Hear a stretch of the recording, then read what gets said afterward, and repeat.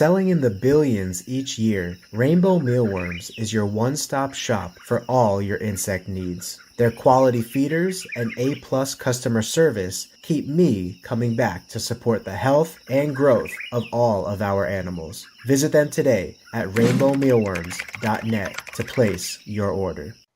What is going on, everybody? My name is Frank. This is Geeky Gecko Creations Breeder Feature Friday. Except today, we're actually not featuring the breeding side of things as much as we're featuring the product and innovation and better reptile husbandry side of things, which is one of our goals as well. It's not just breeders, but we want to bring in top industry leaders in the reptile hobby to talk about the future of the reptile hobby, how we can make improvements, where the hobby's heading, and how we can jump on board. So today we got the one and only Ryan McVeigh of VivTech Products.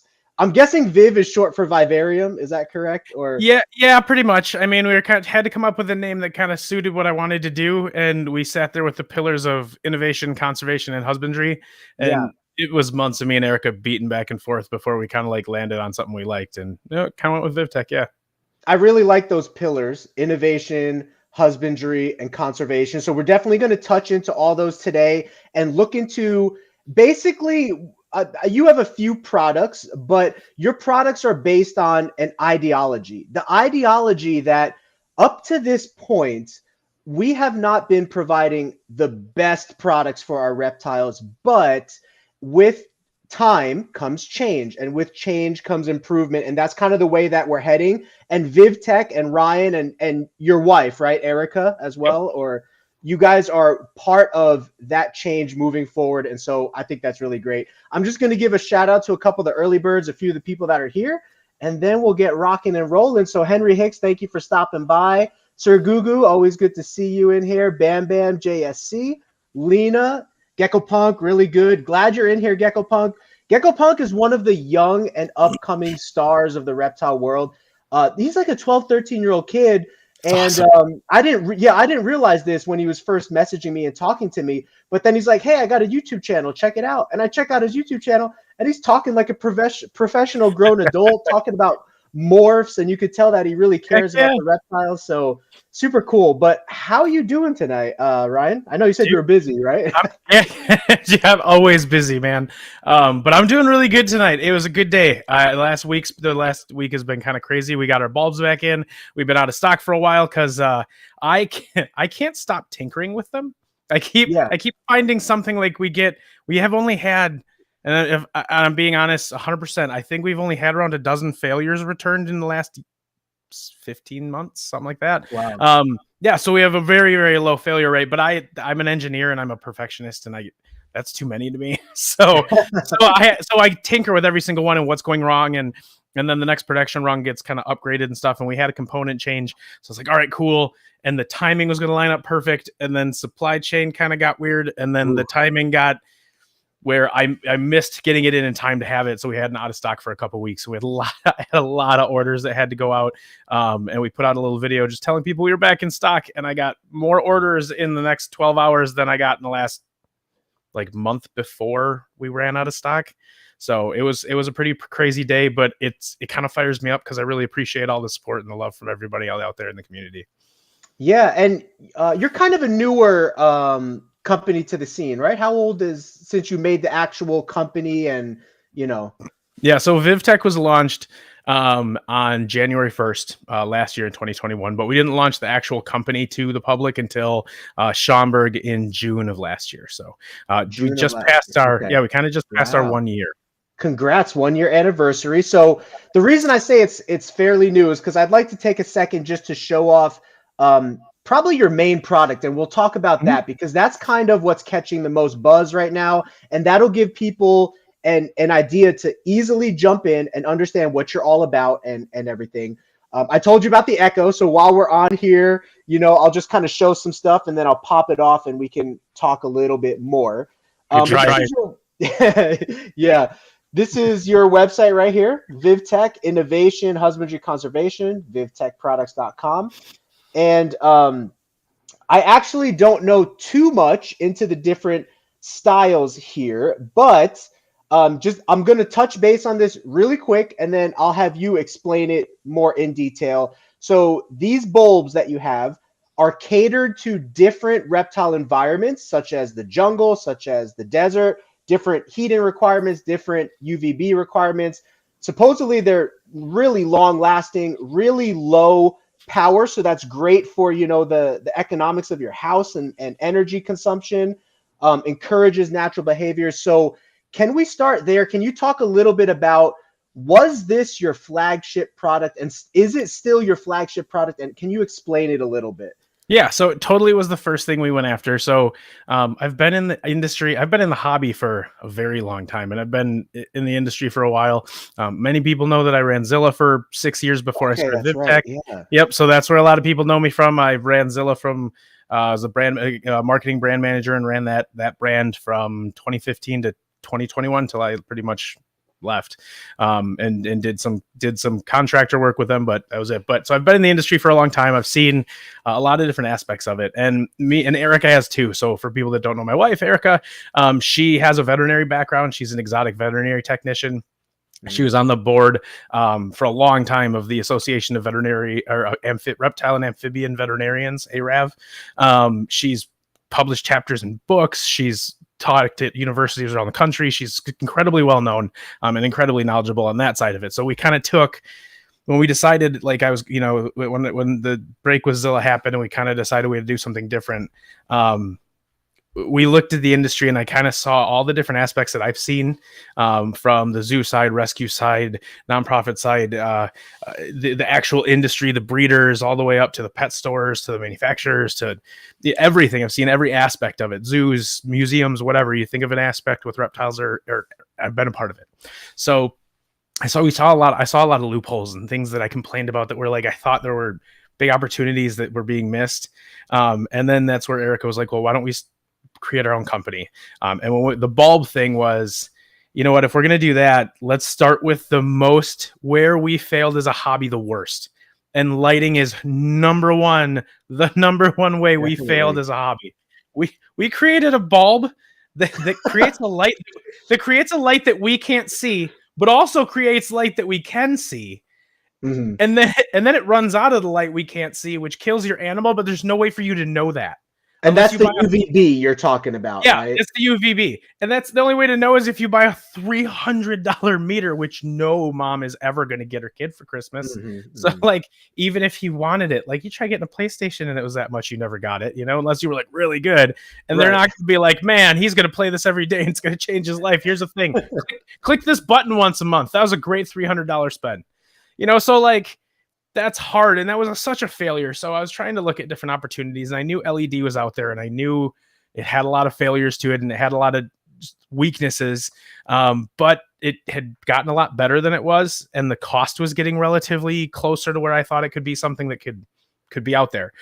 So yeah, we went and looked at a bunch of different manufacturers, got a bunch of different samples from them, tested a lot of stuff from overseas that would kill your animal if you put it on them. That's the kind of stuff you can find on Amazon sometimes. So yeah, that's the difference between made in China and Chinese companies. Is like, GE makes medical equipment in China. Like, I'm not going to not have surgery because it was made in China, but it has to be made by a company that's here and ethically responsible for that and testing and showing that stuff, not just no name brands. That's what's scarier. But anyway, so we were looking over there, and we've actually found a really great manufacturer, and they've been working with us to develop them and make them better and better and better. And I got more samples for potential next generations of bulbs and things like that too. So the end goal is really to really bring lighting forward, really start creating better lighting for our animals, and then too, to get out there, just the differences in UV. So like, we all talk about UVB, but UVA is, in my eyes, almost more important. It's incredibly important for the animals, and we just really don't focus on it. So this was a place where we were able to fix that. And I really know nothing about UVA versus UVB on a scientific level, and possibly even other UV rays that are emitted from like the sun. So we'll get into that a sec. But just to back up, in case anyone was a little confused, the $300 item that you're talking about to test. Okay, let me back up even further. When you get a reptile, if it's a reptile like a bearded dragon that needs artificial sunlight, we call that UVB typically in the hobby.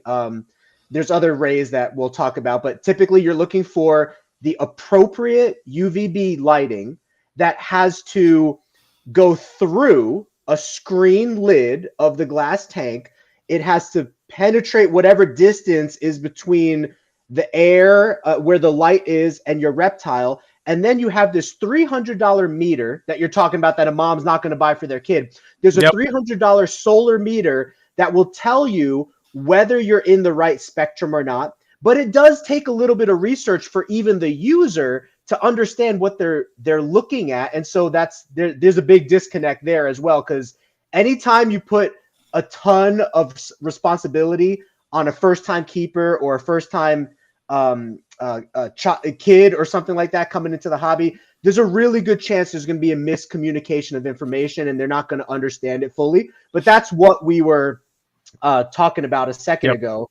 And to touch on the importance of this, because, you know, I really wanted to have you on the show because I think it's a really important topic.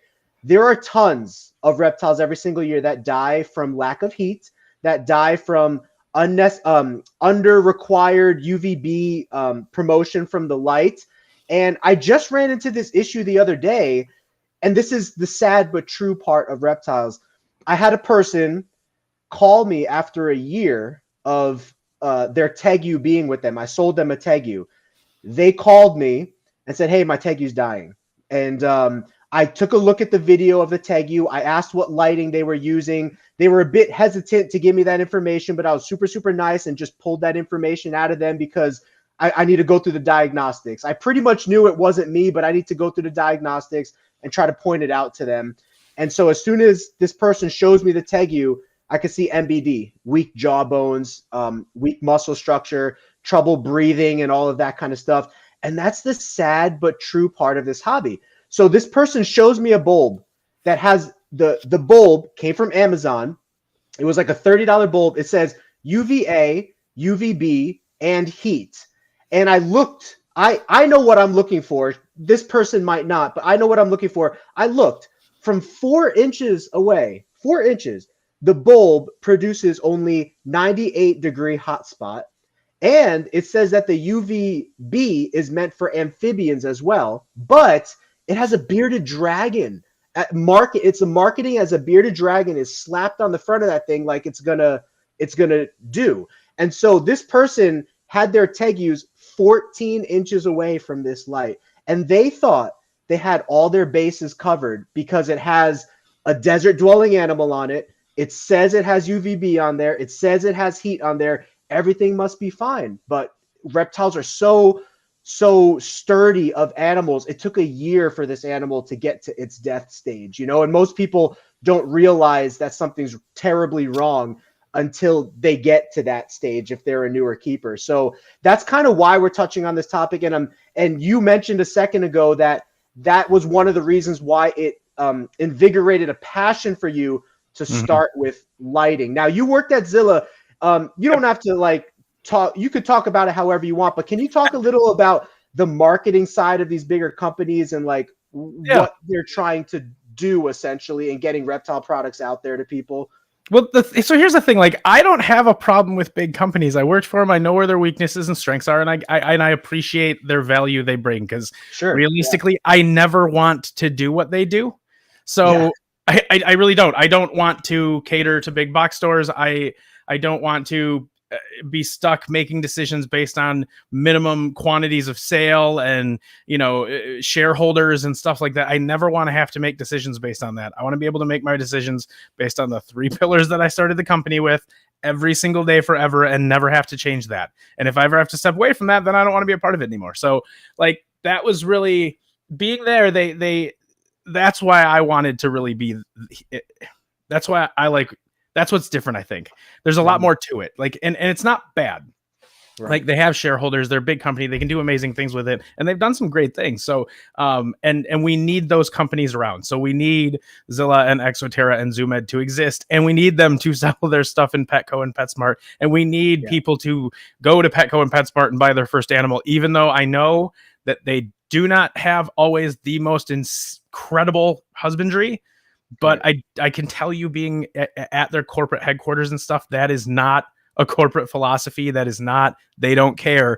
Those people are amazing, huge animal lovers. A lot of the times it comes down to local managers that just aren't doing their job or are putting ties on their employees, and because of budgets and things like that are causing those things. So it's not Petco and PetSmart doing it. But either way, so I know a lot of people hate it, but I love them for existing because they put an enormous amount of money into getting people into the hobby.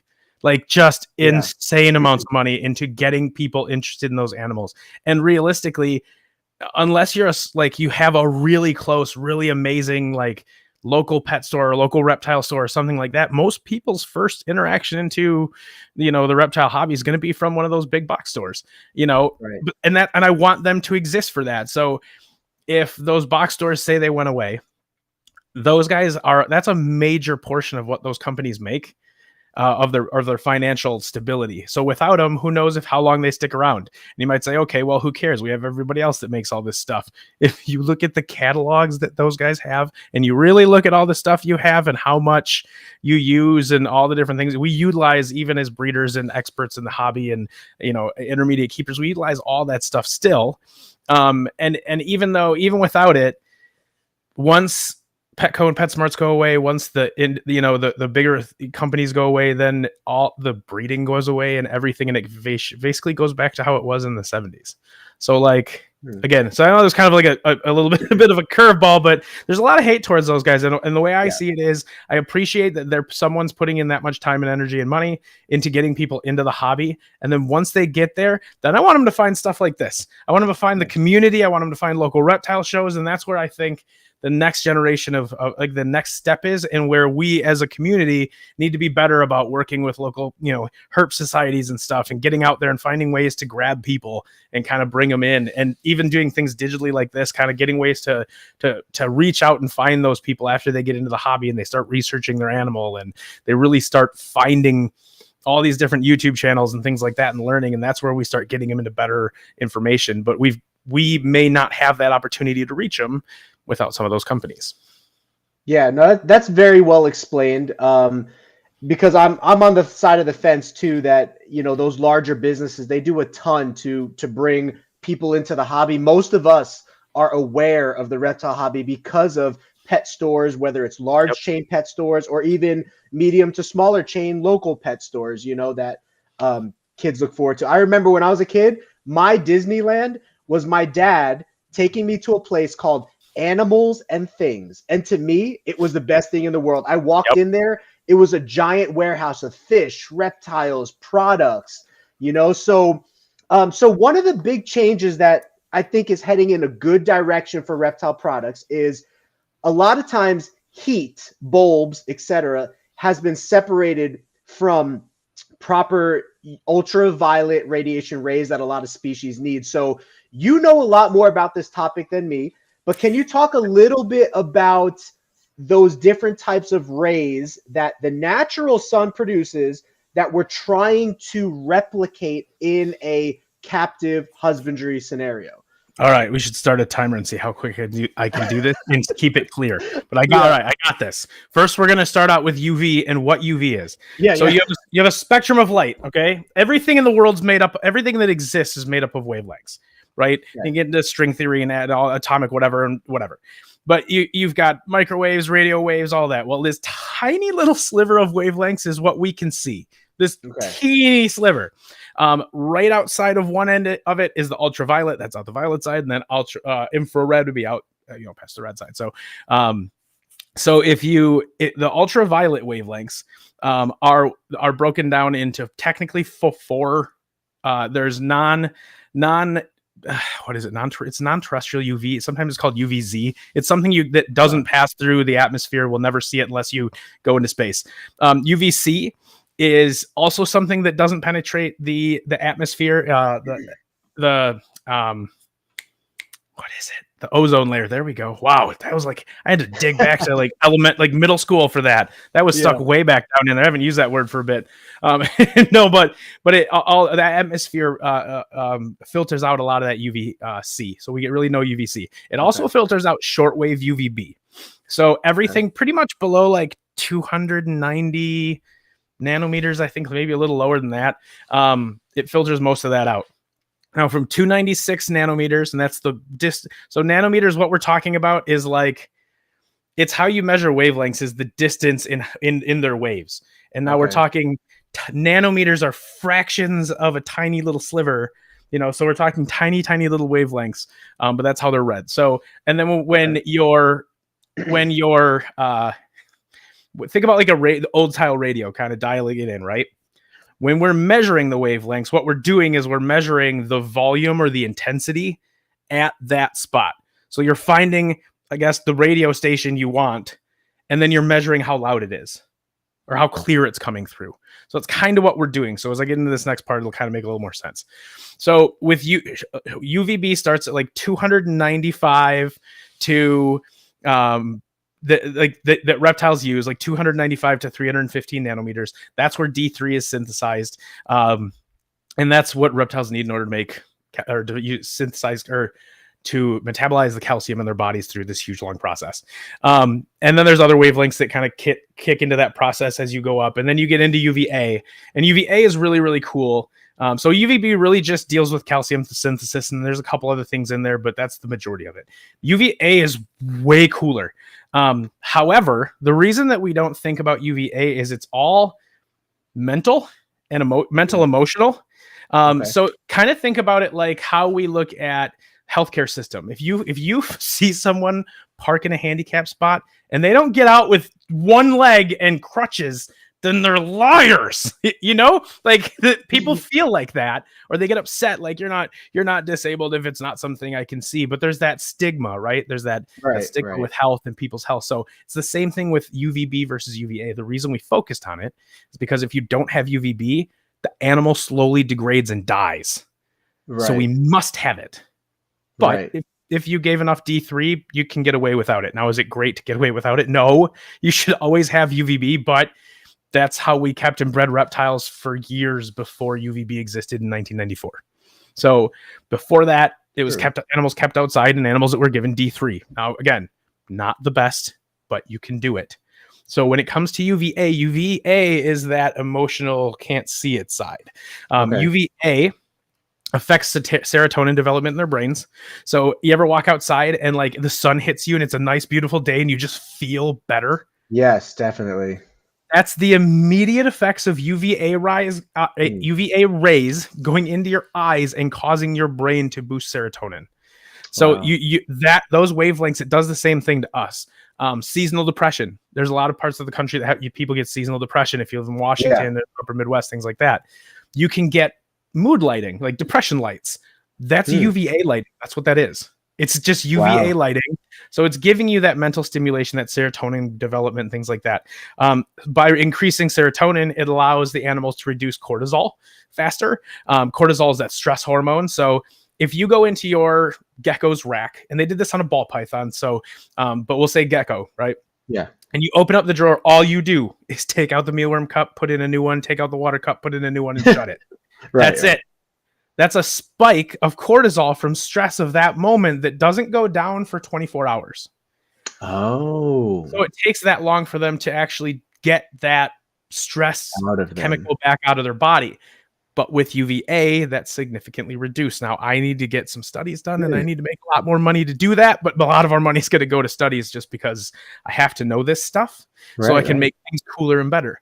But we've got to find out kind of, how much faster, what wavelengths are the best, stuff like that. But with UVA, that's what it does. So it increases serotonin, reduces cortisol, improves immune system strength.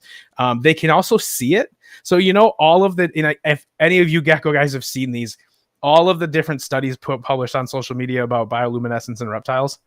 It's not bioluminescence like bioluminescent algae, like you walk through it and it glows, or like Avatar where everything glows in the dark. It's if you hit it with the right wavelength of UVA, it fluoresces. We can't see that unless we use a special light and a filter. They can see that during broad sunlight.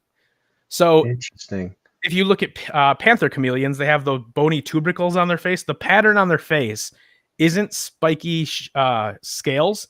It's big knobs on their actual skull, and they're covered by skin. So there's actually not, I don't even know if there's a scale there. I would assume there is. Yeah. But that's what that is. So if you hit it with, and I did this when I was at Zilla and I found that study. I ran down to my engineers and I grabbed one of them, Al, and I'm like, Al, I need you to make me a light that produces this wavelength. And he's like, I'll see what I can do. And like a couple days later he did. So I brought a chameleon down there, and it was super pissed off panther chameleon. They wouldn't stop trying to bite me. And we had to do it in a completely pitch black room where I couldn't see him. I could just feel him on my hand, and I could feel him screaming hateful words at me. Yeah. Because he was so mad. And but as soon as we clicked that light on his face, every bony tubercle on his face glowed, and his teeth were neon green. And so what that does is, in the wild, males and females have different patterns on their face. They can see, they look like Avatar at night to themselves during the day. So a male can look at a female in another tree, and based on the pattern of her, the glowing marks on her face, tell if it's a male or a female. Wow. And that's part of what UVA is helping contribute to, is things that we don't see, like you're talking about, that we never considered. Now, let me ask this, because I don't know, I don't remember seeing UVA always advertised with UVB. So when you buy a general UVB bulb, does it automatically have UVA in it, or does it need to say it, kind of thing, you know? I used to think so, because a lot of them say UVB and UVA, but even the ones that say UVB and UVA, how the bulbs work is very different, and how all of the bulbs except for LED work is pretty much the same. Oh, something just kicked off. Battery died. There we go. Oh, okay. Hold on. There. Oh, is that weird? There we go. Yeah, I mean, there's still enough lighting. It's good enough. Put a Sur Sun bulb on you. Get some. There we go. Actually, oh, you know what? Actually, I think I have the thing I need to plug it into this thing and actually charge it. You know, that'd be nice. You're running on the laptop right now, you said? Yeah. Whatever. We'll get to it. If Erica comes back. You look great. You look great. Yeah, good enough. Let's see. Where was I was just talking about the UV. Whether bulbs come automatically with it was kind of what we were talking about. Both of them, UVA and UVB. Oh, yeah. So the UVA versus UVB. So what it is most of the other bulbs work a certain way. They have a vaporized mercury gas inside of some sort of chamber, some sort of tube. And then the bulb is coated in phosphors. And the reason that is because if you don't do that, the mercury gas only emits UVC. And what UVC does is it slowly, UVC, which doesn't get through the ozone layer, but we still use it in human stuff. We still use it. And what it does is it breaks down biological material. So it's used in sterilizers and things like that. So you don't want to sterilize your animal all day. So you don't want UVC. Okay. But that's what those bulbs put out, is just pure UVC. So they have to be coated with a phosphorus powder, and the different phosphor chemicals block the UVC rays or shift them. Okay. And the ones that shift them, and generally they shift them into the UVA spectrum, UVB spectrum, and then the visible spectrum, so you can see the light that comes out of it. So that's what normal bulbs are. And most of them, when it goes through the UVA spectrum, there's not really much there, but you get these really tall, really skinny spikes of power, like maybe 2 microwatts over 100, and they're super high. And what that is it spots where the phosphors are failing, and it's allowing huge pumps of energy through. Yeah. So while like technically, kind of, yeah, but it's like technically they have UVA because they have power within the UVA spectrum, but it doesn't mean that it's usable UVA. So it might be a tiny little sliver in a tiny little section that actually doesn't really do much for them.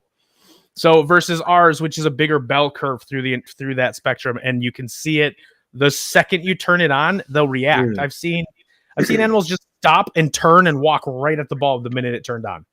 I've heard you say that before. So talking about the proper artificial sunlight for our animals, since they're indoors, it makes them feel better. It makes them process calcium so their bones are stronger. It gives them heat so that they can digest. And your bulbs do all three of those things, right?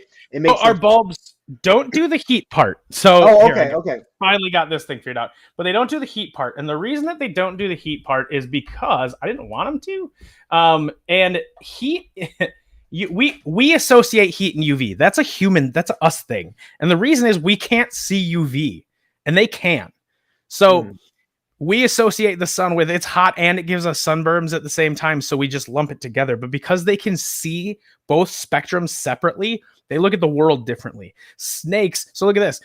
Pythons have heat pits. They can see the nerves that go from their heat sensors to their brain are optical nerves. They can see infrared through those sensors, like freaking Predator. Like the Predator. That's super cool.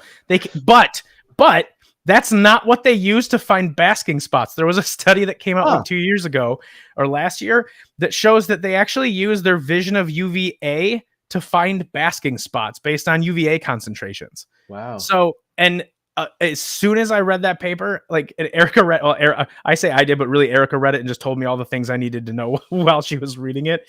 But we were talking about it and going through it, and I immediately thought of back when the Python ban happened with USARK and stuff back in like 2013. There were the USGS did a study saying like pythons could get up into the sewers in New York, just really bogus crap. And one of the people was in, I don't remember what state. There was somebody in a state had snow. They had like 6 inches of snow, and they brought this big albino berm to the back patio of their house and opened up the door to 6 inches of snow. And that berm just turned and went right outside. And I was like, that makes no sense. I never understood that. Why would an animal that can see heat look at that dark black abyss of cold and go, I should go out there? Right. But it totally makes sense if you're looking at the UVA side of it. If they're using their eyesight of UVA, the UVA refraction and reflection off of that surface would be intense and would draw their attention right away. So how do you set up your setups then? You have a little setup behind you. Are those both of your bulbs behind you? Do you have different model bulbs? Can you explain what's going on there? So it's not reversed. This is awful. Whatever. The little black one. Yeah, the little black one. Yeah. So this one, if I take this out, this is actually our Sure Sun little UV LED. It's tiny. Okay. So it's called really a UV LED. Yep. And then does the one come in different models or different power models based on your animal's needs? Kind of. So what you were saying earlier when you're like, it's based on where they come from or the animal's needs or what species it is. That's a huge mistake we made among the many when it came to UV when it was launched. You look at the box and you say it's got a bearded dragon on it. So it's for bearded dragons. Right. Problem is that bulb is probably going to be what you're going to use in your bearded dragon setup, depending on how it's set up. At the same time, I can also use that bulb in a dart frog setup. It just has to be 3 feet off the ground. So it's distance, right? The different powers of bulbs push UV further, and the further they push it, the more of a spectrum it creates from dangerous UV all the way down to none. So some people don't know about dangerous UV. Can you explain that real quick, and then that will explain your technology a little? Right. So realistically, if you get really close to a UV bulb, you can start to get some of that shortwave UVB. You can get, and then on top of it, if they're given incredible intensity of it without being able to move away, it could cause hypervitaminosis, where they can actually create too much D3. They can become hypercalcemic, have a lot of bone problems and things like that. So you want to be able to take all of that out and provide them in a way that doesn't get them past those input levels. Like you don't want them to live on the sun. They just get sunlight. Okay, yeah. So it's kind of like with us. You don't want to be exposed to too much UV radiation or whatever, right? Because across the course of your life or just at one time, because that could really hurt you. So do you sell different models that penetrate deeper areas then for cage sizing then? So the one behind you, the little black one, which one is that one again? So that one, all three of them look exactly the same, except for the diode difference. The diodes are different a little bit on two of them are the same and one of them is different. And it's all internal that makes them different. But what it is the first call bulb is the lowest output. That's going to be your crepuscular species, your amphibians. And then it also has all of these also have UVA. So they're also pushing out a lot of UVA. So you'll see natural behavioral changes in your animals, which is super cool. And then reduced cortisol and higher serotonin means better sheds, better musculature, better health. It changes everything. It's really cool. And just real quick, serotonin is the chemical that's released in your brain to make you feel good, even as humans, right? So like we see that in animals as well. And you're saying that that's possible to actually make your animals feel better by specific lighting that we give them. Reptiles do it. Don't think depression like sad, like my 10-year-old daughter that thinks she's 16 is like emo depressed going through puberty, like not like that, not depressed, like going through puberty or that sadness, depression, more like I suffer from depression. And when I'm like when I'm having a just a crap week, I just don't want to do anything. I just don't want to move. I don't want to eat crappy. I don't care. It affects a lot of people's health that suffer from depression. A lot of people are overweight, have a lot of other health issues, and a lot of that comes from like lack of movement, lack of getting outside and getting the right light and things that we actually do need. We actually need to in order to function.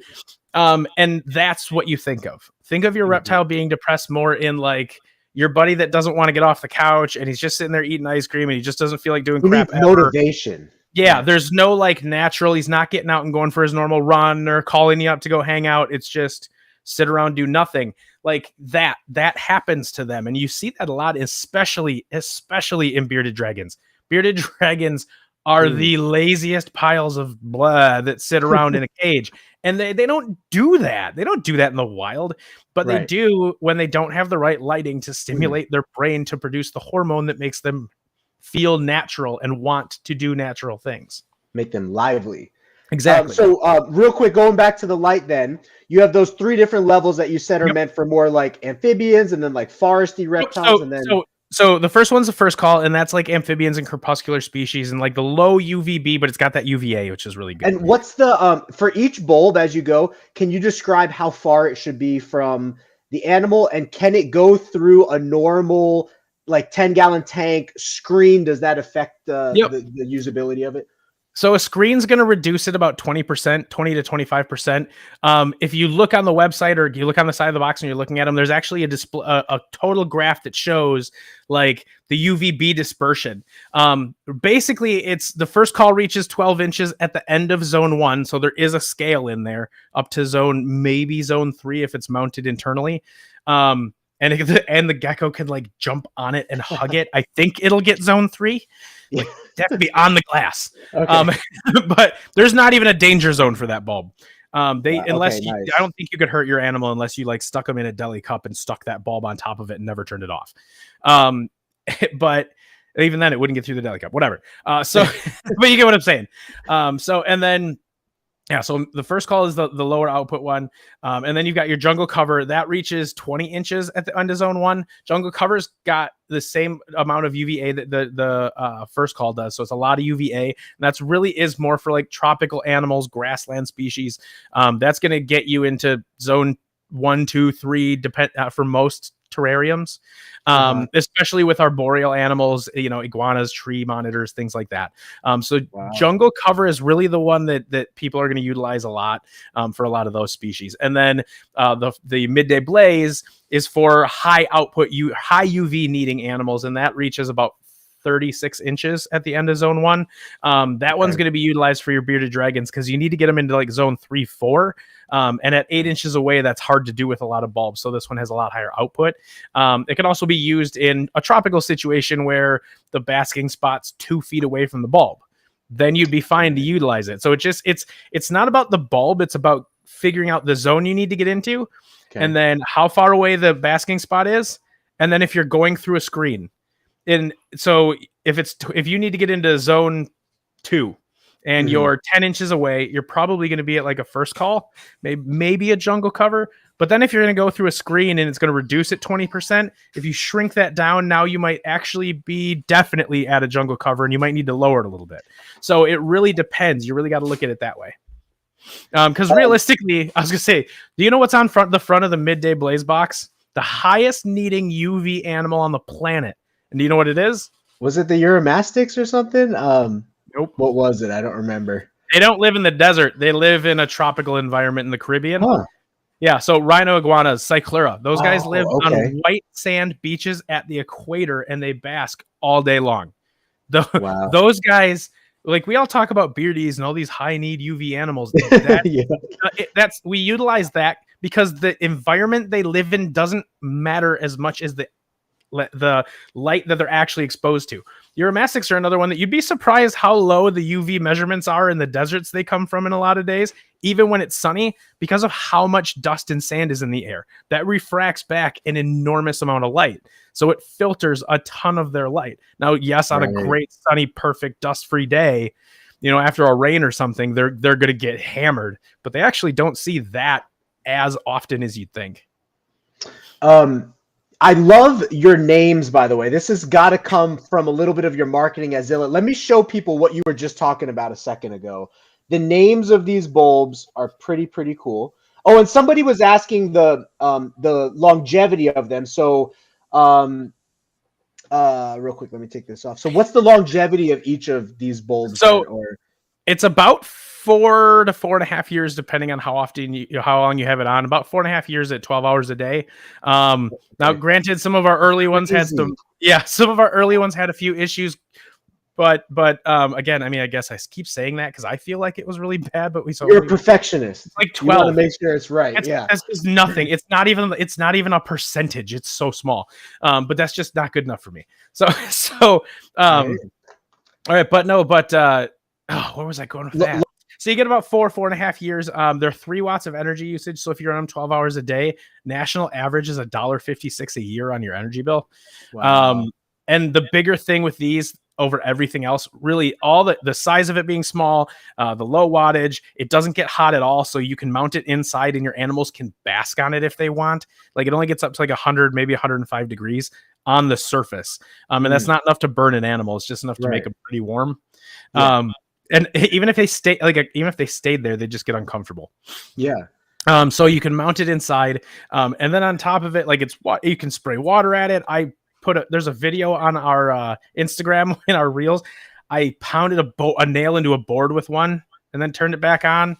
Like I built these things for my monitors to beat the crap out of. Yeah. You know, and crocodiles, which will legitimately jump up and try and rip it off. So like we had to make them pretty tough. So that's kind of, you know, what we were going after with all of that. But yeah, they're really durable. But the biggest thing over all of that is how the UVA changes their behaviors. I have peacock monitors, are a species I've worked with for almost a decade. And up until I switched, and I didn't even switch these bulbs into their monitors until like, I shouldn't even admit this, but like recently, because I've been just selling them all and utilizing old stuff I had and slowly just going through as I needed to. And I went from never seeing them to tongue feeding a few of them, which is unreal. They are the shyest, flightiest monitor. Yeah. And now they're out every day on a schedule. Their body condition's different. Their behaviors are completely different. But it makes sense. I mean, think about how you feel when you're depressed versus you're having a good day and you want to go hang out. That's really awesome because people at the end of the day want to interact with their animals, especially like tree monitors and other kinds of cool monitors that have been quote unquote like not handleable up to this point. But maybe we can start by giving them what they need more to make them feel better, like this lighting you're talking about. That can definitely help with us being closer to them as friends and whatnot. Right. Well, and the other thing too is so I was out at VivTech Fest recently. This is another piece of the puzzle too when it comes to animals. Anybody go out and watch Lori Torini's channel or whatever she puts out.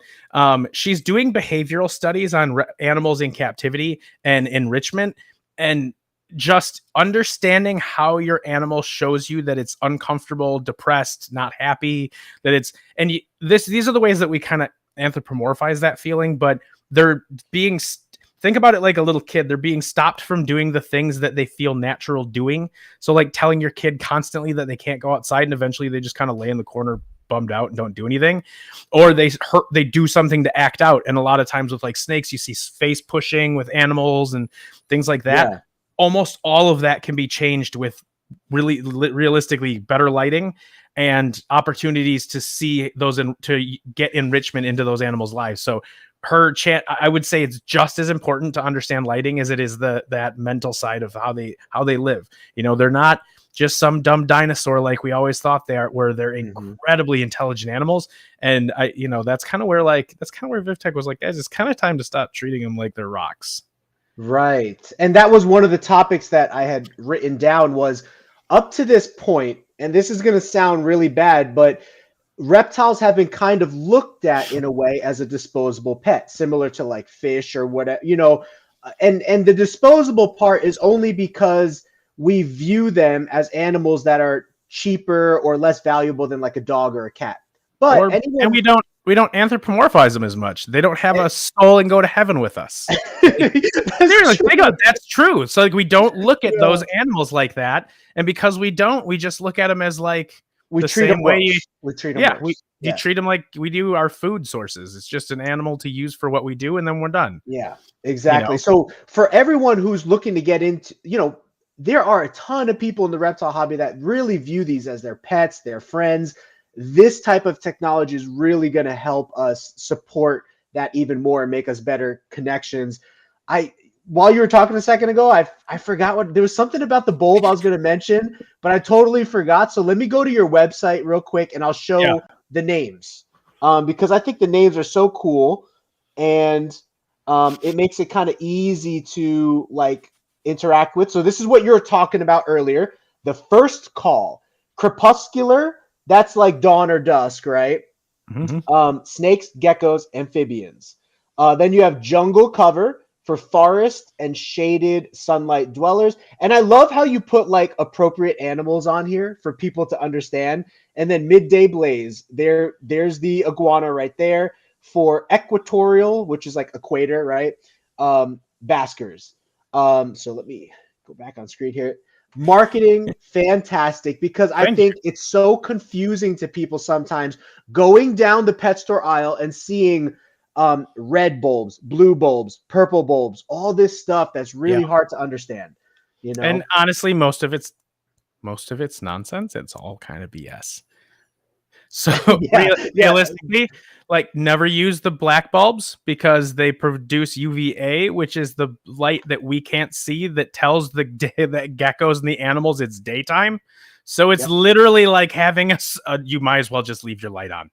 It's the same thing. It's actually probably more bothersome to them. It just doesn't bother us anymore. Yeah. And then like red bulbs, that's funny to me. Red bulbs don't matter. Some people can sleep with a red bulb in their room and some people it keeps them up. That's the same thing with reptiles. They see that wavelength like we do. They don't really, there's no UV or anything special in it. So they just see a red, and some of them, it messes with their day-night cycle, and some of them it doesn't. But everything you've ever read that like it hurts their eyes, and there's not one study or veterinarian in the United States that'll tell you that. That's all just what we call herper lore. Just the random lot crap. Of herper lore. Yeah, random telephone crap that everybody believes because a guy said it one time and he knew what he was talking about.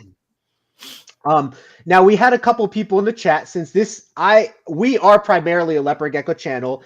I think I heard you mention this in the past, but is there going to be a way to innovate this technology into racking systems and tub systems? Yeah.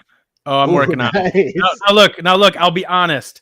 It's the last piece of this I'm working on. And the reason is, one, it's going to affect animals in a lot different way because this is going to be the closest that they're going to be able to get to this. They're going to be stuck in tubs that are maybe 6 inches tall. I can't mess that up. Yeah. That technology has to be really, really good by the time we get to that. So the part of it's that. The other part is the breeders are important. And keeping those animals is important, but that's really a very short-term time. So they can reasonably not have access to the greatest UV in the world while they're getting out to the customers. And when the people have them in their forever home, that is actually the majority of people out there. That's the majority of people that keep reptiles. If we were to say, it's breeders, hobbyists, the T of people, right? The pyramid. Like the very peak, there's the big breeders and stuff like that. And then there's the hobbyist breeders and things. At the bottom, you have your first time people. And that's the majority of who it is. But that's also who's having the hardest time because they don't have the income or they don't have like, not the income, but they don't have the background. They don't have the experience is what I was going for. They don't have the experience to understand all of those pieces and to be able to do what we do at our level before having this technology. So what I wanted to do is create technological things that would move the hobby forward, but that the first time keeper didn't have to know 30 years of keeping reptiles to understand why it works. Like to understand why you have to replace a bulb that turns on just like the day it did the day you bought it, but now 6 months later it's garbage because the box said so. Because you can't understand that. So why put out something more like that when we can start really putting our knowledge into the products and then let them make people more successful? And that's why the breeders and the racks and things are last. Is one, because I kind of want to put the most technology into it and really nail it. Not that I'm not already doing that, but that there's a couple other pieces I want with that. Plus, I'm doing long-term testing on the tubs. UV degrades plastic. Like it's not as simple as everything else is. So there's a lot more into that. But the bigger thing is really just getting to the majority of herpers first, getting the biggest impact to the hobby first, and then slowly working backwards as we can. Yeah, that's really smart, and I think that's totally the right move. And I remember what I was going to say because you mentioned it a second ago.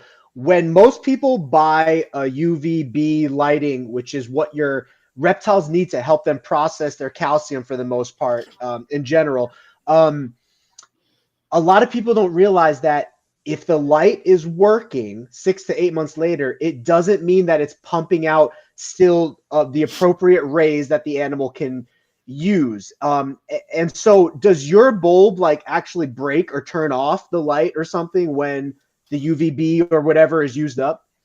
Now it's possible that the diode itself, if you had one of the single diodes, or the diode itself could fail. But if the bulb itself, the electricity that the bulb gets, the whole thing fails. So it's possible that one diode could fail, but it's unlikely that it would happen without all of them failing. So pretty much if it's on, it'll go like off. Like if it's on, pretty much if it's on, it works. There's a couple things that can happen, and we've had a couple things where components inside have some of these ones I'm tinkering with. There's some of the components like, the component failed, not the LED. So because there are multiple components, I can't say that like it's perfect, but as a whole, if it works and nothing in it has a random failure, it shouldn't ever degrade. So not enough to be replaced. And just to repeat the point we're talking about right now, because I think it's so important. When you buy a UVB bulb from the store, it actually says write the date that you start using this bulb, because 6 months from now, the bulb's going to be working. It's going to be looking like it's working, but the UVB exposure will actually not be working for the animal. And so contrast to that, the technology that you're working with and selling right now actually makes the light go off. So you know when the bulb needs to be replaced. It uses 3 watts is so low, guys. If you look at a normal wattage on a bulb, it's like, what is the normal wattage? It's even like a 2-foot tube is like 18 to 24 watts. A ton of watts. And they don't last nearly as long. 4 years is incredible. You've done an amazing job with that. Much hats off to you. That was like the big kickoff, and it's been so cool that people like, I've been at shows where I'm pitching the cool parts about the bulb. And sometimes when I talk about like the stories I've been told, I feel like a snake oil salesman. I always do. Like I'm not being honest. I won't BS anyone. I just don't. It's just not me. Yeah. But some of it's so outrageously cool. I totally feel like I'm giving somebody like just a sales pitch, and I hate it.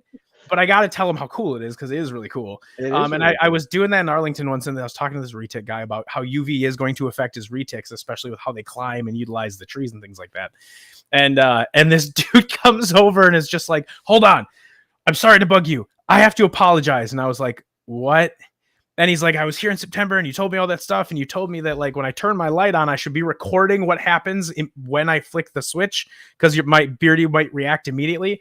And I thought you were full of crap, so I didn't.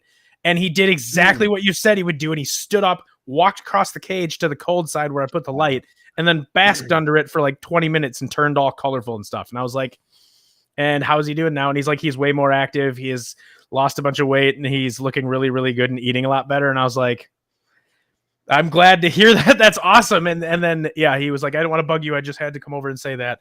And like, even telling that story, I feel like I'm just like gloating or something, but no, it was like, but people are talking about it. And that's been the coolest thing to see that. And then, yeah, the guy that was like, snakes, retics don't need UV. He picked up a couple of bulbs. I'm like, you'll see a difference in how they behave. And it's just been so cool. Like that's been the coolest part about this. Like having my own company, doing this, launching these UV bulbs, super neat. Being able to watch my animals act like they would in the jungle has been, that's what it's been all about. That's been the coolest thing that I've ever seen. And if people have questions on whether they should get the first call or the midday blaze, they can definitely message you Instagram, Facebook, right? And kind of get a little bit more clarity if they're having trouble. But you do have the website. So if you guys are interested in these products, it is VivTechProducts.com. Yep. And so just kind of simplifying it, in general, what a reptile is going to need, let's take like a bearded dragon or a leopard gecko per se. They're going to need a bulb that produces heat, but then they're going to need a bulb that produces UVB at minimum, but your bulbs take it to a next level, which actually puts out a ton of good vibes UVA, which will make them actually just feel better. And so do you recommend having the bulbs on opposite sides of the cage or like together, or like what's your view on that? So if you're going to do just one, which most people would do, aim it at this. I like to actually, so like if you have a 20 long, I kind of like to aim them at the same spot, but I actually kind of like to cross them through something where they can climb up through this kind of three-dimensional gradient of both heat and UV crossing. Worst case, just stick the two domes next to each other. Do not use them in a dual dome or it kills your warranty. The heat, but honey, I need power. Could you get my cord? It's in the, but it voids the warranty because that causes the heat to pile up inside that dome and surround the LED, and LEDs aren't big fans of being cooked. So it'll cause it to fry right away. So it's got to be in its own fixture. But you'd stick them both next to each other. If you have a bigger enclosure, bigger than like 36 inches, or bigger than a 20 long, honestly, I like to do two bulbs, one with the heat on one side and then one on the cold side by itself or kind of in the middle. And what that does is it gives them an opportunity to separate the UV from the heat and to be able to regulate it as they want. So in the wild, if they want UV and heat, they sit out on a rock, they get really hot.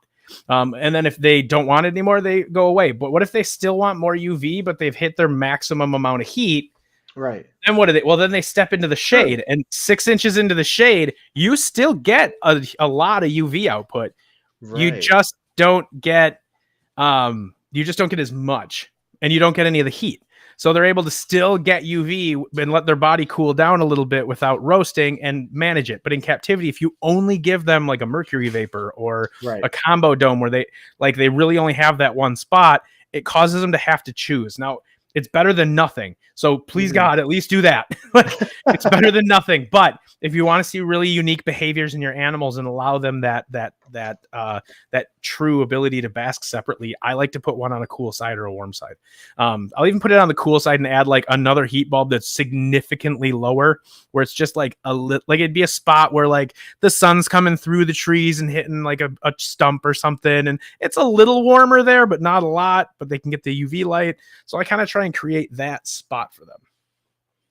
That's great. And I, we always think of heat and UVB being applied in the same spot, but you put it in a really good way. What if the animal's hot enough and it just wants some exposure to the UV, right? And so what is the dome effect of the light? So I'm sure it says it on the site, but since I have you here, does each light like spread out, cover the same amount of basking area, soak up kind of, it depends. Like obviously the higher output ones get bigger, get wider as because the power's bigger and they're projecting more. But generally you're going to see them at their widest be between the first call is very small, so like 12 to 16 inches. I'd have to look at the side of the box to give you an exact measurement, but it is on the side of the box and it is on the website. And then the jungle cover is about 18 inches wide, and then the midday blaze, I want to say, gets to about 20 to 24 inches wide. Okay, well, yeah. So that's and behind you right now. So you showed us the one black bulb. What was the bulb right next to the black bulb? Halogen from Home Depot. So just a standard halogen floodlights are actually one of the best bulbs you can buy when it comes to the actual heat spectrum. They give off a lot of infrared A and B, which is what those animals need in order for that D3 process. Part of the calcium process is heat in the different layers of the skin. So they need that heat. And especially with our bulb, it complements the spectrum really, really well. Okay. Yeah, because it was bigger. I didn't know if it was a different product of yours, but I absolutely use combo halogen bulbs. I use the outdoor kind so that if it gets wet, especially if tegus or whatever, they're splashing their water and stuff. If it gets wet, it's perfectly fine. But yeah, they produce a ton of heat. And so that's a perfect combination with your bulb, which will produce the artificial sunlight that they'll need to really thrive. Yeah, I was gonna ask, how are we doing on timing? Do you need to go, or do you have like 15 minutes or something? No, I got some time. I definitely got a little bit of time. There's a sandwich waiting for me, so my stomach will probably tell you when I'm done, but I think we're good for now. Okay. I know you said you got a busy day tomorrow, so I'll try to let me see what topics we didn't cover here, because we kind of just been freelancing here a little bit, but we've covered a lot. What about other products besides your flagship product, which was the bulb that we were talking about? Do you have other ideas for what reptiles need? And yeah, so some of the first things we launched with that, we also launched snake bags. I just was really sick of getting crappy snake bags in the mail, so I was like, I'm just gonna make a nicer one and sell it. And we're custom making those for some people to just make a higher quality, more presentable snake bag, so that when you open up that box, you have like you get this, it's a better presentation of the hobby. You know what I mean? So I just kind of that. And then, those really expensive UV meters, we launched our own. That's only $150. So still not super cheap, but we're working on it. And I got a new model coming out hopefully by the end of the year, which will be cool. So, and then let's see what else. How could I forget our smart monitor system, which is app controllability, cameras. Yeah, so that's what's controlling everything. That's what this little white dot is, right? Okay, yeah, I see that. That's actually a temperature sensor that's I keep because I want to know the difference in the temperature of the back room, because they're right against our back wall, which faces south all day. So I monitor the temperatures in the back room. Excuse me. So I monitor that going through the inside of the tank, the temperature sensor. Is that that's just the air on the outside of the tank. But I like it right there because it's affected by the tank. So if it's getting way too hot, that'll give me a little bit more of a reaction. So, and then I've got parameters set up inside my app that will alarm me or call me anytime the parameters get out of whack. And then I can jump in and start adjusting down lights. I can dim them down if I want to lower the heat. I can turn them off if I need to, turn on fans, whatever I need to. So, I did take a look at your website. You do have explain the camera sensor thing just a little bit more. So it's a couple different things. So we've got two different cameras. One of them is our in situ camera. It can go inside the enclosure. It's IP95 65 like weather rated. It can go through like thunderstorms and tornadoes and crap. It even comes, if you want to use it outside, it comes with a if you have Wi-Fi that far enough outside your house, but say you have tortoises you keep in your yard in the summer, it comes with a solar panel that charges it while it's outside. Wow. And then if you don't need it, I actually just use that to charge my flashlights while I'm hiking. And like my battery packs, but and then the X situ camera is a smaller camera that can be mounted somewhere. It can actually clip onto something, but that one can't get wet and it has a cord. The in situ one's actually totally battery operated. Both cameras detect humans, animals, or just movement, and they'll tell you. So I get to look at a lot of my animals and watch really cool behaviors, and I get notified and stuff like that. I've got temperature sensors. You can do temperature sensors. So I've got temperature sensors in my freezer to watch that. Every egg incubating right now has a temperature sensor in it. And we can set, like I said, we can set up alarms for humidity, for temperatures that are out of whack. It's even actually really cool the way the app works. If you're a frog breeder, a lot of frog breeders pair their frogs and do rain chambers when the storms come through because of the weather. The pressure changes causes a lot of breeding. You can set the app so that if rain is in your forecast, it'll turn on your rain chamber, and then you never have to turn it on again. It'll just do it itself anytime a storm comes through. So, does the camera system that you're talking about, does that do also read temperature and stuff, or is that It's just a video camera. Okay, but that's really cool. So, do you develop that product? Is that like an actual product of yours, or are you selling it from like a different company through you guys? Yeah. So I went to a bunch of different manufacturers, and I've unfortunately, a lot of people don't realize this, but if I want to say, let's say I want to make this can right here, the mold that's needed to make the can, just the thing that presses this into a can, it's like $10,000. Right. So you have to, if you know how much just selling the can is, you have to sell a lot of those to make up that 10 grand. So sell 20,000 of them. Exactly. So in order for us to actually like design, engineer, and produce our own products from scratch, we're looking at hundreds of thousands in investment, which we will get to. But because we started off small, and this is something else, like I got asked once at a show how I got Zilla to fund my new company. This is me and Erica and like my tiny little savings I had and my retirement and just kind of scrapping and putting this together. So what we ended up doing is we went through a bunch of different manufacturers and we just test products, and I put them through the ringer. My background's in engineering and quality control and all this other stuff. So like, I just like to beat the crap out of stuff and figure out where it's going to break. And basically the winner is who we went with. And then as we're building the app, and the app as it is now is kind of a foundation. It's not really what I want to do, but it's what I needed right now. So I'm able to pull a lot of these different components and start working on how they're going to work together, making sure that I'm happy with the quality, switch companies and manufacturers if I need to. It gives me a little freedom for now.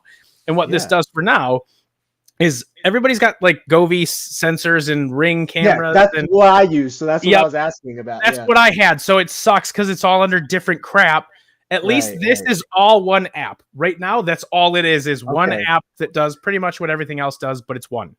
Wow. But that's just the tiny first step so that I can build out the components that I need. And in the background, over the next couple of years, we're going to be developing an app from the ground up because I need this to do what I want it to do. And my goal is at some point I send you a kit full of a camera, some different plugs, sensors, all this different stuff. You plug it all into your enclosure and then go into the app and set, this is my humidity sensor. This is my humidifier's plug. It's a dimmable one, so it can go up and down. You just pick all these options and set it up. And then you just hit leopard gecko and it dings and sets the entire habitat up based on a real data point in, Afghanistan where they come from. I heard you talk about that. That would be super, super innovative. Again, it's a big dream for me, and it's going to take a lot of money to get there. So I'm appreciating and loving all the support, which is helping us get there. Because this is definitely a team effort, and I promise for the 1 year anniversary, I bought myself a gecko. Like that's the only thing VivTech has given me. Like all of it's gone back into product improvement, sponsoring stuff, trying to, give back to the community. Like 10% of our profit, like me and Erica's cut of what it would be our profit, we donate between US ARC and in situ conservation. So like that's part of the conservation part of our pillar. So if you go and buy a product from our website, when you check out, it'll actually ask you if you want to choose any of these organizations.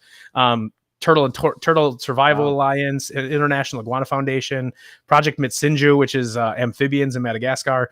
So you can kind of do that. But I don't know where I was really going with that. I just kind of kept going. That's a really good option. And they're starting to do that like now, Morph Market and stuff now too, where upon checkout, you could choose to donate. I mean, they always might have done it, but I think they're pushing it a little harder now. You could choose to donate, especially to US ARC and other probably conservation things, because we care about these animals at the end of the day. The other product I wanted to mention that not a lot of people know is those solar meters you talked about that read the right amount of UV. Is it B and A on those solar meters? It kind of depends. You have two solar meters. One is called a 6.2, and that just reads UVB. And then you have the 6.5, which reads the UV index, which is a weighted formula made by a Canadian meteorologist to tell you based on the melanin in your skin how fast you're going to get a sunburn. And that's what we use to tell if our animals have the right lighting.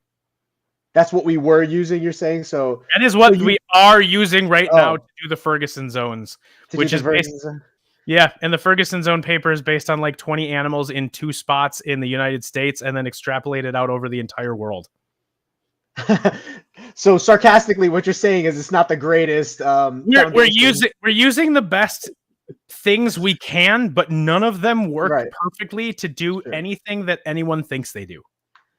So you sell both of those types? Right now we only sell the 6.2, and the reason is because the 6.2 type version, or the one that reads just UVB, is a good way to judge the UV output, the UVB output of your bulb. Because the UV index is a weighted formula, I can mess with it. I can make the diodes do different things that makes, and this was the Animals at Home podcast. Go watch it when I go through the spectral readings of the bulbs, and I show that there's a bulb I got from China that'll actually kill your animal, but it doesn't look that bad under either of the meters. And I can show you, and I show why it's like that. And that's what's scary is that if you go outside and you were to test with both of those meters, the sunlight at the same time of day in the same type of weather, say every week, and it was always the same temperature, humidity, everything, like you would get the same readings outside of like a solar flare or a gap in the ozone or something like that. You would get the same readings. The sun is pretty consistent. Man-made bulbs can do whatever I want them to do, especially when you get into LED and things like that. It can be incredibly scary if you're not going with a company that really knows what they're doing. And it makes it so that those bulbs are hard to tell if they're good or not. So the UV index has some flaws because you can't really tell where that light is, that you're getting that number because it's a lot of UVA or a little bit of UVC or a little bit of bad UVB. Like there's different parts of it that can be manipulated, but it will kind of give you an idea if it's a bad bulb, because it's not going to spike a really high number unless there's a lot of really bad UV. So it's a good thing to kind of give you an indicator of like the health of the light. Does it not have as much bad light? And then if you use that along with a UVB meter, and you look at the actual UVB reading, and you kind of look at, an animal that gets into zone 2 is generally going to see UV in this range, and it reaches zone 2 on the 6.5, and then it reaches that UVB range on the 6.2, then you're probably good. But realistically, the only way to know if your bulb is good is if you have a $10,000 spectrometer. Which not many people are going to be able to have. Nobody's going to do that. So that's why it's up to us as the companies to put stuff out there, provide feedback. I'm trying to get more studies to be done on these bulbs. They're being used. Dr. Baines or Dr. Serena Wunderlich over in Germany is already testing some of the first ones we launched. One of them had a failure, which sucks. The UV dropped off, so it's just kind of dead in the water. And we fixed that. And we're fixing a bunch of the other problems not a bunch of other problems, but we're fixing a couple of things we found since then that are going to make them even better in that regard. So that one was kind of a failure. So I'm waiting to send her new bulbs because I keep tweaking them and I'm not happy yet. So I'm like, why would I send you one if by the time you get them, I'll have changed 3 more things? True. So I'm kind of waiting till I can get to a point where I'm like, all right, I'm happy with this for now, where the technology is. We're working on moving forward, but it's not going to go much further for a little while. And then I'll sit on that and send those out and say, okay, this is the best I could get to with what we have technologically right now. And that's what I want to do. The little solar meters that you sell as well, it's basically sort of a backup just to make sure that the bulb is performing well. But you told me even before the stream, did you say you test every bulb that goes out or something? So you actually plug it in and you solar meter it or something? Or I solar meter it, but I also have my spectrometer out. So I have one of those $10,000 spectrometers. Wow. Yeah. And I sit with that thing, and since the Animals at Home podcast, I had just gotten it. Once you get all the components that link together, you have to calibrate every component. Then you have to calibrate the whole system as a whole. So I got everything together, and then I had to send it in to get calibrated. So when that was shot, it wasn't calibrated yet. It is now. but it still showed you the spectral, like it still shows the range of light. It just doesn't show you a lot of the intensities. So it's not perfect, but it still gives you the kind of view of what you want. But yeah, no, I test it with UV and 6.5 UV meter, solar meter, a 6.2 solar meter, and I use a spectrometer. So just to check intermittently. But yeah, I test every single bulb that comes in by hand. And Wow. if they, that's, yep. And I have to get faster at it because this last batch took me a lot of I 4 bet. minutes. Oh Like my gosh. I basically just sit there all night and test them, Yeah. package them up. So, yeah, but no, that's something that we're going to stick to. And me and Erica have even talked about as we grow, how are we going to do that when we're bringing in 5,000 at a time? Right. And I'm still going to do that. I'm just going to hire Part-time employee. I don't know. there. Yeah. It'll be a full-time job for somebody that'll. Yeah, true. I will buy them lunch forever. Like, So if their somebody job's not wants to gonna be work awesome. for you and screw in light bulbs for a living, you say that One position might one be day, available. one day that position will be available. And All I'll right, be guys, like, you heard you. it, but maybe. So just to give you guys a little credit or whatever, would the bigger companies like be testing their every single bulb that they bring in before sending it to a store? So we get a lot of quality control with you. And there was somebody asking a little bit about your background. You said you did some quality control and engineering at Zilla. For those who don't know, Zilla's one of like the 3 big players, right? There's Zilla, Exoterra, Zoomed, all Yep. like reptile companies that are really known.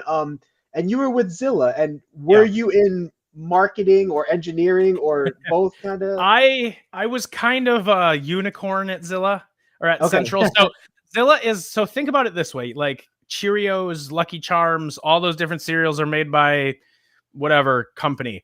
They're all probably manufactured in the same plants, but each brand has its own team that does the commercials and the advertising and manages that brand. So that's how Central Garden and Pet as a corporation is. They own Nylabone, KT, small animal stuff, 4 Paws for dogs, like collars and stuff, Aqueon, Coralife, Kent, Zilla. So in the division I was in like out in Franklin, Wisconsin, outside of Milwaukee, was the aquatics division, and Reptile got lumped into aquatics because we use the same tanks, we use the same fixtures. It just makes sense. And if you look at it, like a lot of reptile product companies dip into aquatic too, because it's basically the same thing. Yeah. So I managed Zilla. So Zilla only existed as a place kind of in my office, because that was I was the only person solely dedicated to Zilla. The engineering lab we had a couple engineers and stuff like that, but they worked on all the different brands. Everybody else worked on all the different brands unless they were a brand manager of a brand. Then that was their job. So that was a lot of marketing and all of the advertisements and working with those guys and flying and training people around the country. But I also worked a lot with the engineering guys. I actually I have a patent from when I was there. And it was easier. My background is in engineering. So when I went to school, I wanted to do animal stuff, but I also realized really quickly that if I did the stuff I would love doing, one, it would become a job. And then I don't care. There is no job that's fun, because at some point your livelihood, your ability to do something you want relies on it. Like, you can have a job that you don't hate, totally. Right. But like very few, I don't know anybody that's like, oh my God, I get up and I live every day to do my job. That doesn't, it's 60, 70 hours, you know? Right. And even if you work for yourself, like sometimes, but it's work. So like, I didn't want my passion to get burnt out by work stress. Sense. Yeah. And my grandpa he used to build homes. He was a contractor, and he built elaborate, ridiculous, nice houses in Wisconsin. And like, he's built Frank Lloyd Wright houses and just really, really crazy stuff. And I grew up building houses and being around that stuff. And I had an uncle that went into engineering, and I took a test in like middle school that said I would like engineering. So I just kind of winged it. And I ended up getting accepted to the Milwaukee School of Engineering, which is a huge like engineering school, like a really, really well-known high-end private engineering school. And I paid way too much money to go to college than anyone should ever pay ever. That it does not get a doctorate, but I got my master's. I did a 5-year program. I did my master's in engineering. And it was actually in HVAC, plumbing, and fire protection design in buildings, which is all thermodynamics and water flow and heat transfer, which is basically reptiles and fish tanks. And then my master's is in groundwater and soil remediation. So a lot of like soil composition and biology. And then wastewater treatment plant design, which is basically a fish tank. Like, Wow. so yeah, so it all kind of lines up a lot to where my passion's at. But yeah, I did engineering and stuff for years. I did engineering sales with big air handling units that like help design air handling units you could drive 2 semis through for hospitals and stuff. Wow. And The then real deal. oh yeah, and then I flew around the country and did building commissioning. So I'd go in after the building was built and like unplug crap and flip switches and try to crash the system and see how it'd recover and stuff like that. And yeah, that's what I did. And then the Zilla thing kind of came out of nowhere. Friends of mine worked there. And I worked with at a pet store when I was in college. Like, you know, one of them was my roommate, and she worked there in their tech and warranty division, which their tech and warranty division legitimately is some of the most knowledgeable, awesome fish nerds you'll ever never know. Like they're like Rob there can take apart anything and put it back together and give you the history of the aquarium hobby since its birth. Like they have an incredible team there. But anyway, so I knew a bunch of them, and they were kind of messaging me like, hey, Zilla needs a reptile guy. And I was a commissioning engineer. And I'm like, I have a house payment and family. Like, what's a reptile guy mean? Yeah, I'm like, I got to clean poop. Like that reptile guy is not a job description. So I kept telling them no because they wouldn't give me any more than that. Well, because of my relationship with them, when I started the Herp Society, Zilla sponsored the Herp Society. I got some connections to them, and the head of HR emailed me years ago. It was like, "Hey, we already heard you don't want the job, but you might know people who do. So here's." By the way, Norman, nothing wrong with fish nerds. I love fish. I've always had aquariums. I'm a fish nerd too, dude. Fish got me into reptiles. Well, kind of. But no, so like she messaged me, he's like, I know you don't want the job, but let us know if you know of anybody. And that was the first time I got an actual job description of what the job was. And I read through it and was like, I've never done that, but I think I could do that. So I was like, why don't we talk quick first? And if it doesn't work out, then totally, I got a bunch of people I'll send you to. Yeah. Cool. And then that was really quick and I got hired and just kind of ran with it. And I brought a lot of, I tried to really bring a grassroots hobby-based, like kind of approach to the industry and to that company. And it worked for a couple of years. And then big companies like that kind of have a lot of changeover with CEOs and stuff, and they change directions constantly. And then that kind of happened, and a lot of the people I originally worked with got moved out, and people that came in were much more dollars and cents and didn't see why donating to certain things was important or going to shows was a loss of money and things like that. So they just kind of were more about, pumping out products and things like that. So I just wasn't quite what I originally started with, but that's why I ended up kind of moving into VivTech. But I loved while I was there. I really loved what, everything I learned. But that's how I kind of ended up where I'm at. So weird. Are they, do they know about what you're doing, and are they supportive of? Yeah, kind of. So, all right. So when my end with Zilla came, they actually hired me as a consultant to stick around and kind of help with a couple things. And I was totally cool to help do that. They ended up kind of just doing their own thing for a long time. And I just was writing care sheets and killing time, waiting for them to need anything. And while I was doing that, I was building my company because my new contract as a consultant didn't stop me from doing that. Right. It allowed me to do that. So I did. And they just didn't think I was going to do it that fast. So, and I didn't really tell them. I just kind of kept doing what they needed me to do and did this on the side. And then at Schaumburg, when I launched the company at 9:45 on Sunday, I got an email from the vice president that we needed to talk in the morning. So yeah, they he was like, I totally knew you would. I didn't think you'd do it that quick.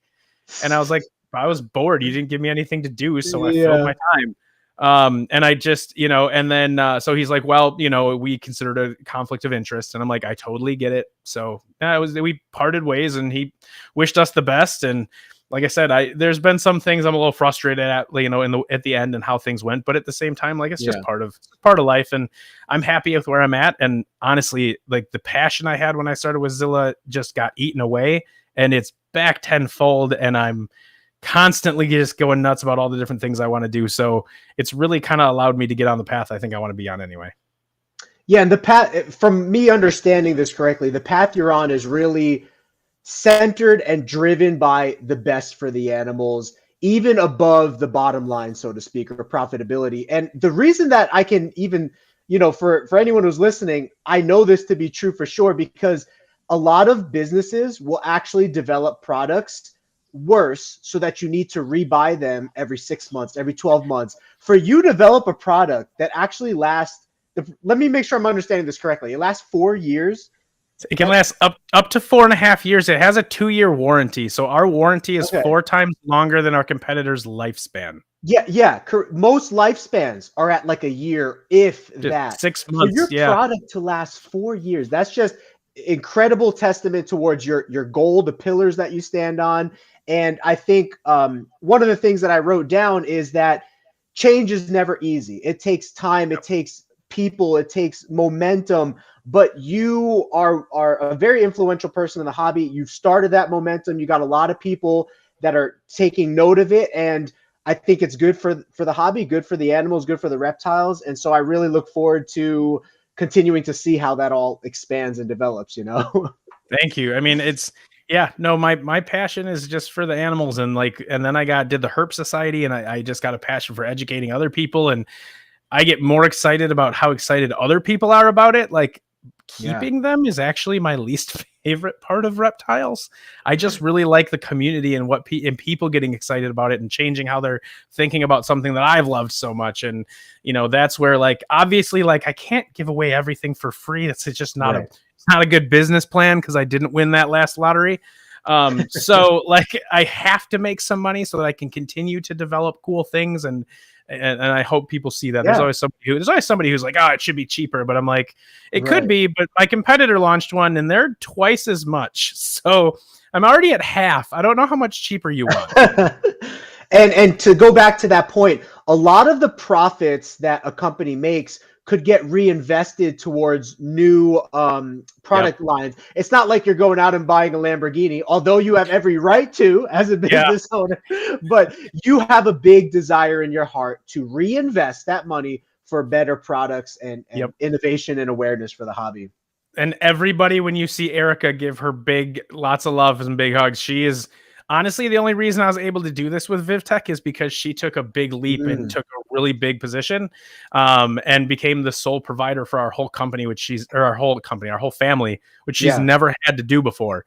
So this whole past year and a half, or year at least, has really been us living on, her being able to do that so that we can continue to reinvest. Otherwise, we would have had to start pulling money from the company, and we wouldn't have been able to grow as quick. So it's been a lot, she's not as involved in the day to day, but she really is honestly the reason that we're able to exist. Yeah. And I too have a very supportive wife that a year and a half ago when I lost my job through COVID, like a year and a half ago. And then I'm kind of on the breeding side of things, that I was slowly building a collection to where I could just do it when I retire. But when I lost my job, my cousin came in as a financial investor, and we, that sort of made it possible for me to say, you know what, let me try this full time. But that wouldn't have been possible if I did not have a wife that was the breadwinner, because I wouldn't have been able to pay our mortgage. I would have had to go get another job. So it has allowed me the time to grow to where now the company is actually starting to pay its own bills and self-sustain to where it will eventually make profits that are reinvestable to grow the company, yada, yada. But 100%. I really have to take a leak real quick, and I won't keep you much longer, but I'm going to give you one topic to talk about, and I'll come back. And then when I come back and you're done with that topic, I'll just ask you a couple fun wrap-up questions. Sounds good. So the topic I wanted to talk about is, the world of business is a very competitive world. It's a tough world, as we were just talking about. How driven are you to make sure this thing succeeds? And as competitors come in and stuff like that to what you're doing, or even if Zilla came in and was like, well, we're just going to use our engineers to do that. How do you view that? And how important is this to you? And do you see yourself doing this for the rest of your life, so to speak? So I'm going to put myself on mute, and I'll let you kind of touch on those points. I'll be back.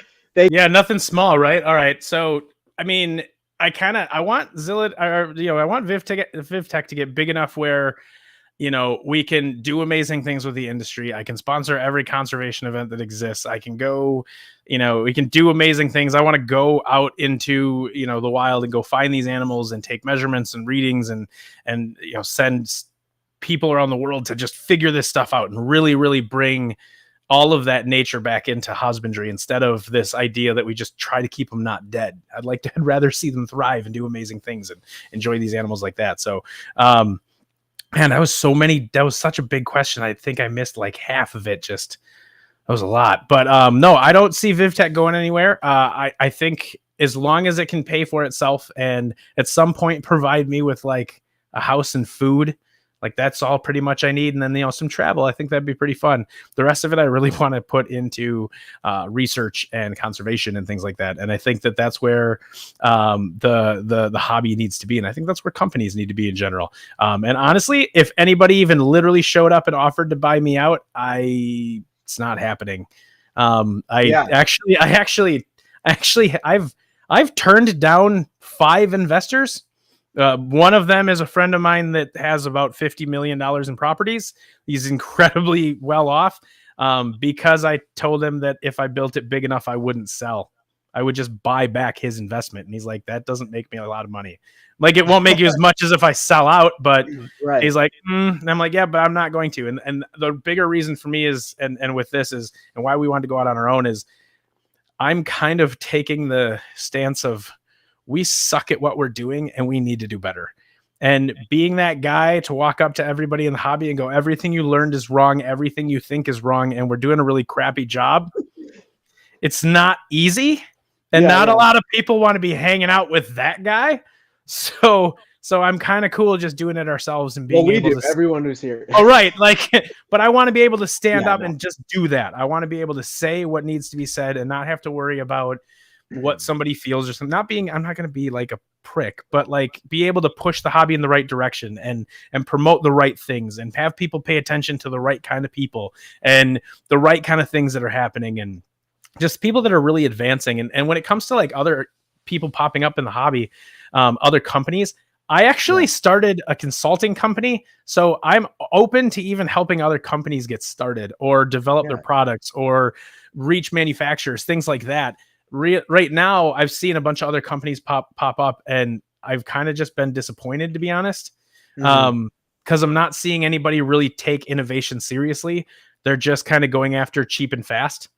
And like right now, the big thing is to make breakdown cages you can ship on Amazon.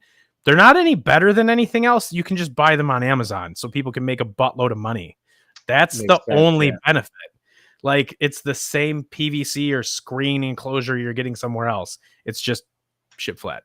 So like that kind of stuff is a little frustrating. I'd really like to see some people really try and think outside the box and drive husbandry forward, not just drive their bottom line forward, but anybody who wants to do that, I'm game. I'm in. There's 3 different companies that I'll be helping launch and work with in the US this year that I think are doing really amazing things that nobody even knows about yet. So just because I found people who want to do something amazing and I'm trying to work with them to get out there too, because I can't fix everything. I'm going to do what I can. But if other people want to get involved, I'm happy to help them. And I hope some people take what I say and think outside the box and have some idea and run with it. And, anybody who ever does, if you feel like that's an idea you want and you don't know what to do, give me a call. Yeah. And the interesting thing on that is, I think I was watching Shark Tank or something and they kind of touched on this topic, but it almost seems like for some reason, stores that sell items, they like to have competitors on the shelf. They don't want just one company on the shelf. They like to have another competitor. I don't know if it's like a marketing play on somebody's mind or something, but so they like multiple companies being in the same game, so to speak. Yeah, and part of that is just the industry in general. I mean, that's everything. There's options for what brand of milk you buy, so a lot of it's just that. But no, I think the biggest thing is the big companies that are out there that we all know, we don't need to replace them. Nobody needs to be the next Zoomit or the next Zilla or the next Exoterra. What we do need to do, though, we could find somebody that could be the next guy to innovate some caging that's so outside the box we've never thought of it that way, or somebody who's looking at foods in a more naturalistic way than, we feed our roach. You do roaches or mealworms and you feed them potatoes. What do you think happens when you feed an animal potatoes its whole life? It's made out of the same crap nutrition as potatoes. Right. There's so many things like that. Like even with snakes, or insects, any of our feeders, all of our feeders are created to be a lot to make a lot of feeders, but Right. they're not made to be we're not even really Like feeders. quality. We really do Yeah. that job. Yeah. Like look at rodents. They're bred the same way lab rats are. Lab Mm. rats aren't nutritional food resources for animals. They're empty calorie lab rats that are used for science. Like, so they're Right. not making a nutritious animal. So we're not getting nutrition. They're not putting nutrition in. We're not getting nutrition out. So, I mean, things like that. There's so many places where the hobby just really, really is weak in what we're doing. And we could be Yeah. doing so much better if people would think outside the box and really push it. And leaning on these major companies to get innovative, they're only going to be as innovative as the entry-level person will want to be. Right. That makes sense. Well, I definitely, I really think some of the ideas you have are awesome, and I look forward to seeing how they take shape and develop.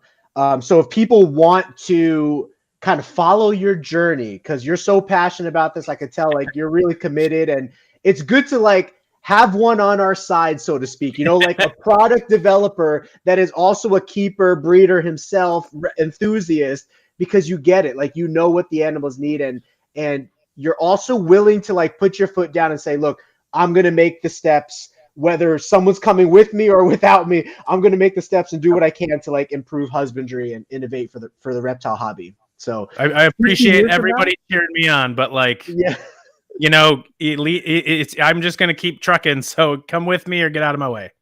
yeah, well put.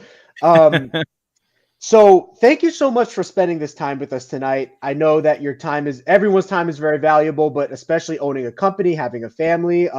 Erica was going to be here, but she wasn't feeling great. So best wishes to her. And I'm sure, you know, she'll probably love to have you, maybe, I don't know, jump in bed, watch a movie on the way out or something like that. But I think she's going to need an ice pack and another head compressor. oh yeah. And you got your sandwich coming up, right? Yeah. Oh yeah. I got a sandwich. So, I got an Italian beef sitting over there.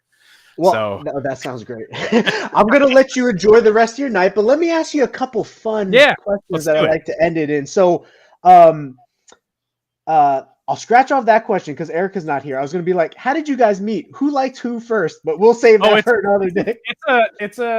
We'll do that one another day. It's a good story though. And anybody who wants to see how I proposed can go on Snake Discovery's YouTube channel and look up Tinley October 2019. And my proposal is actually in it because I did it at the auction. So, wow. So the most viral proposal in the reptile hobby ever, probably, right? Yeah, I have actually there's some little girls wanted to take their picture with me and Erica because they saw it.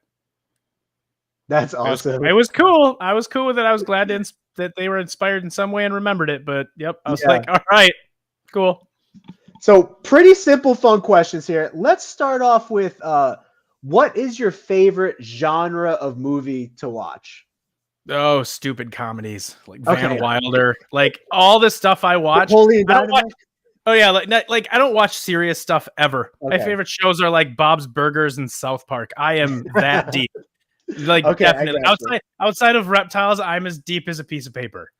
Like that paper's not that deep, huh? No, not really. No, it's not good on my end.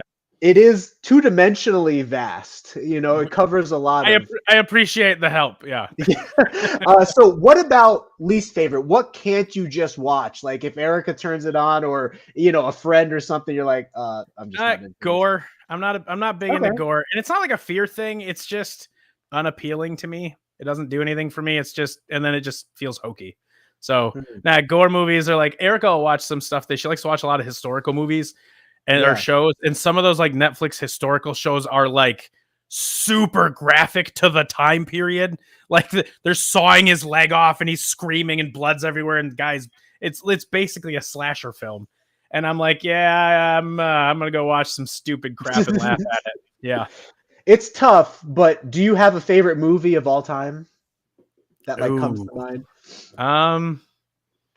I mean, like I got your standard favorites, like, you know, Sandlot and Goonies. Like you can't. I'm a mid '80s kid, so all the late '80s, early '90s classics. You know, a lot of that stuff. Nothing. I mean, like there was one movie, The Last Action Hero. It was an Arnold Schwarzenegger movie. That was one of my favorites forever as a kid. But that's one that like I doubt most people even remember. Yeah. You know what's crazy? A lot of reptile people are like sci-fi fantasy nerds, and I didn't hear you mention any of that, but are you into sci-fi fantasy at all? Like Erica's big into Star Wars and like Marvel, Yeah. and I watch them because they're fun. I got through one Star Wars movie without hating my life. So like they are long. they're long and dry, but like once they got Yeah. into like this, like after the 2000s, I know there's people hate the story or they're hardcore nerds will just fillet me for this. But as someone who has no idea what's going on, watching a bunch of guys slowly talk under their voice for 3.5 hours makes me want to die. But like when they're like action scenes and stuff, I'm like, oh, this isn't too bad to watch. I don't know what that big bunny rabbit looking idiot thing is, but yeah, whatever, it's cool. Like, and they're like, oh, you should hate him. That's Jar Jar Binks. He's so dumb. He ruined this movie. And then I'm going to get into the deep analytics of this movie. And I'm like, it's got spaceships.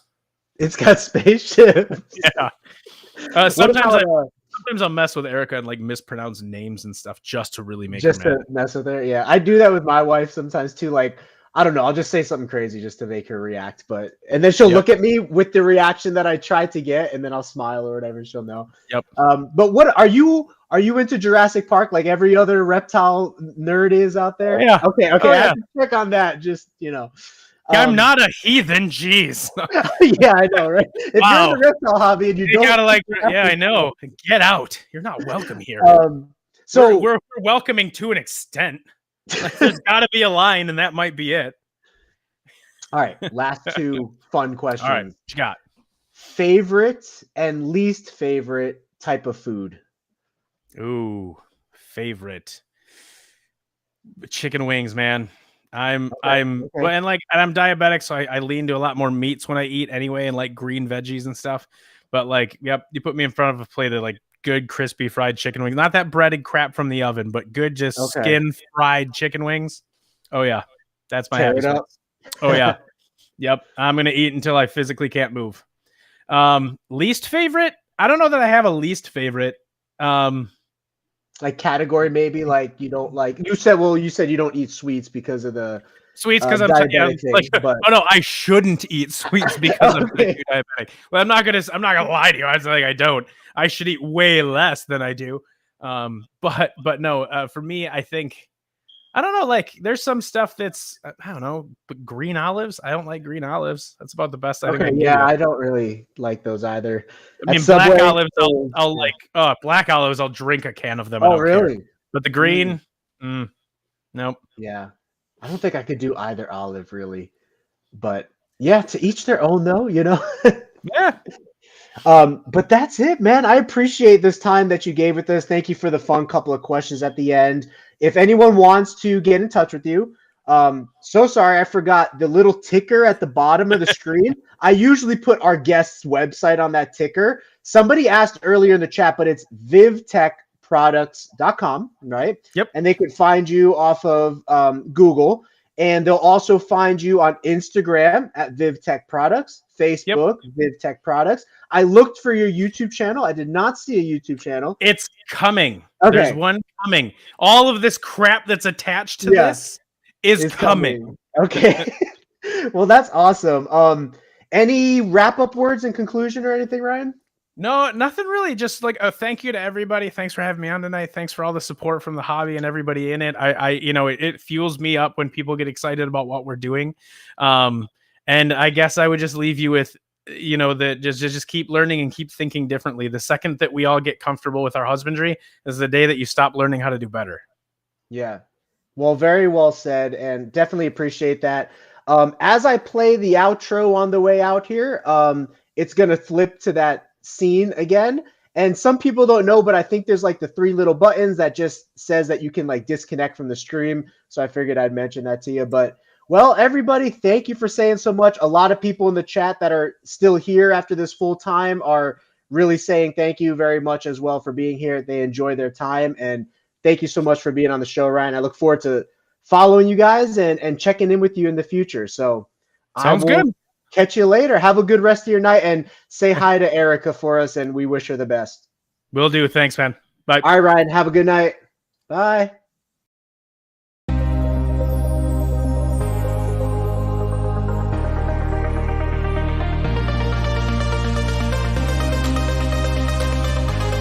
Selling in the billions each year, Rainbow Mealworms is your one-stop shop for all your insect needs. Their quality feeders and A-plus customer service keep me coming back to support the health and growth of all of our animals. Visit them today at rainbowmealworms.com.